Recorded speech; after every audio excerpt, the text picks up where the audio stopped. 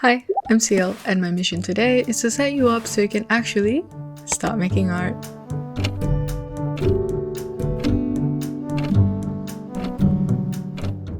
The main reason that holds people back from making art isn't actually the lack of skill. Oftentimes, it's in not knowing what to draw. Yes, you can draw Miku and it's awesome, I do too, but in my experience, my most fulfilling time and pieces come from paintings that expresses a piece of my life. It's pieces that doesn't seek to prove anything to the world, but simply to prove to myself that I'm alive and I'm here. And again, yes, the drive to draw pretty pictures and girls can move mountains, but it can only drive you so far until you look back and art stops becoming a form of expression and more of a formula that you keep repeating to make the same thing over and over again. CL loyalists would know at this point the value of creating things for yourself, the nourishing process of making and becoming, and the importance of being creative in the age of AI. So today's video will be the first of a series of tutorials that tackles the actual technicalities of making, the thought process before you even pick up the pen, the emotion that rise up when something goes wrong or goes right, and how to actually see your work to finish. What makes my tutorial different from everyone else's is the heart of it. Yes, you can follow along with the goal of getting good, but my purpose and the angle of my tutorials will be this: to create in a way that is meaningful and fulfilling to yourself, on top of understanding what you're doing. And as the first of the series, I of course will start with my day one ride or die painting. Painting, which is often synonymous to color, is one of the most intimidating aspects of art, be it for casual players or even serious ones. And if you're thinking, Ciel, we should start with boxes. No babes, someone who's teaching how to make fulfilling art wouldn't start from the ground up. He'll start from what he loves the most. And maybe this is a good opportunity for you to ask yourself, what interests you most? And maybe that can be the next topic of our tutorial if you comment it down below. Alright, how did I get from this to this? It all started with Painting with Light and Color by Daisu Tsumi and Robert Kondo. This class was my very first exposure to painting and color, and it was my introduction to values. Without a strong value structure, your colors will not look good. So the question now becomes, how do you get a strong value structure? And that is by having contrast. How do you know which elements to contrast and which not? Ask yourself, what is the story, the focal point of the image? What do you want people to look at?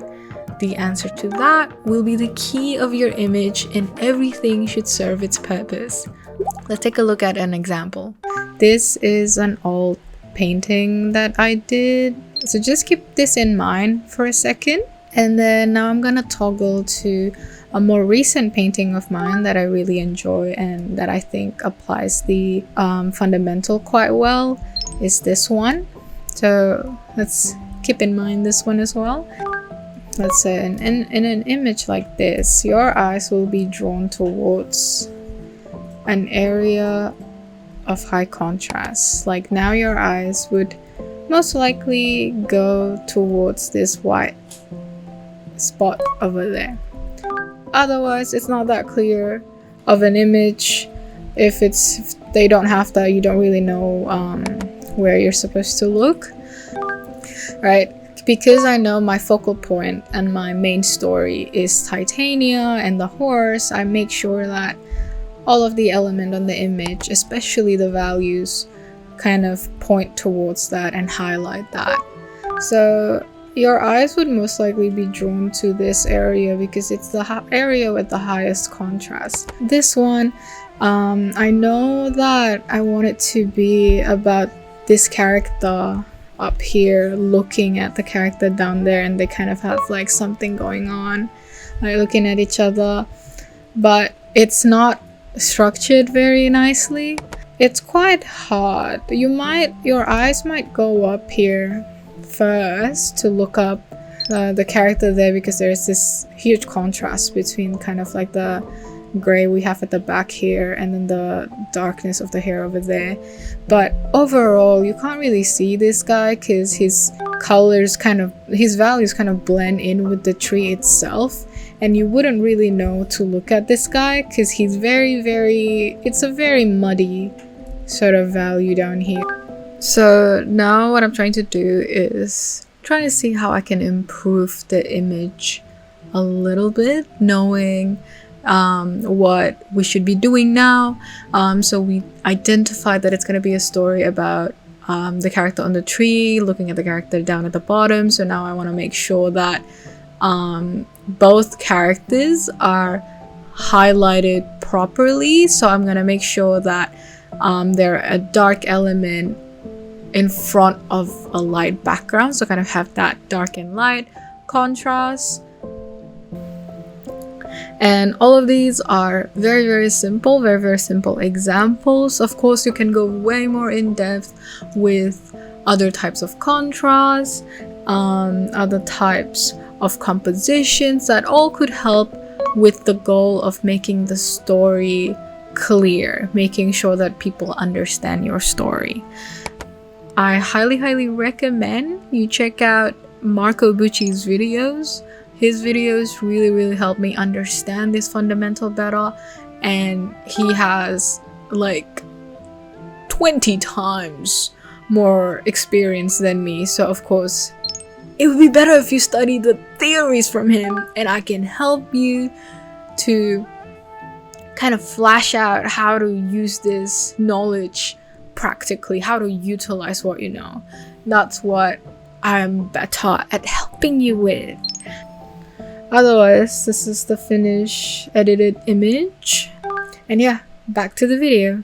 So the first step to get good at painting happens before you even pick up a pen. It happens in the form of mental work, of knowing what you're painting. This step may sound easy at first, but when you actually sit on your desk, you might end up drawing blank. This brings us to the thesis of today's essay. What's holding you back from making art isn't the skill issue, but the not knowing. And the knowing comes from living a life that isn't glued to your phone, a life that is filled with attention to your environment, to the people you spend time with. Do you know what bag your friend use? If they even like carrying a bag? Do you remember that drive from the train station in the middle of the night? How the streetlights are few and far between, and you can't make up more than the metal railings and the grass behind it. Alright, so let me show you a couple of my paintings that was inspired, like how I take my inspiration from like my day-to-day and turn it into a painting. So for example, this one was during a family trip to Canberra. And I was just having a walk by myself. It was a very beautiful kind of like riverbank, and the sun was setting. So I just wanted to capture that sunset. Obviously, the colors of the sunset aren't exactly like this, but it's like the feeling of that sunset, the feeling of seeing it, of being there, of being in that moment is what I was trying to capture with the colors. And for example, this is more of an edgy one, but I did this quite quickly. It was because I had a headache. Yeah. So it doesn't really have to be anything deep all the time. Sometimes you just want to vent, you know?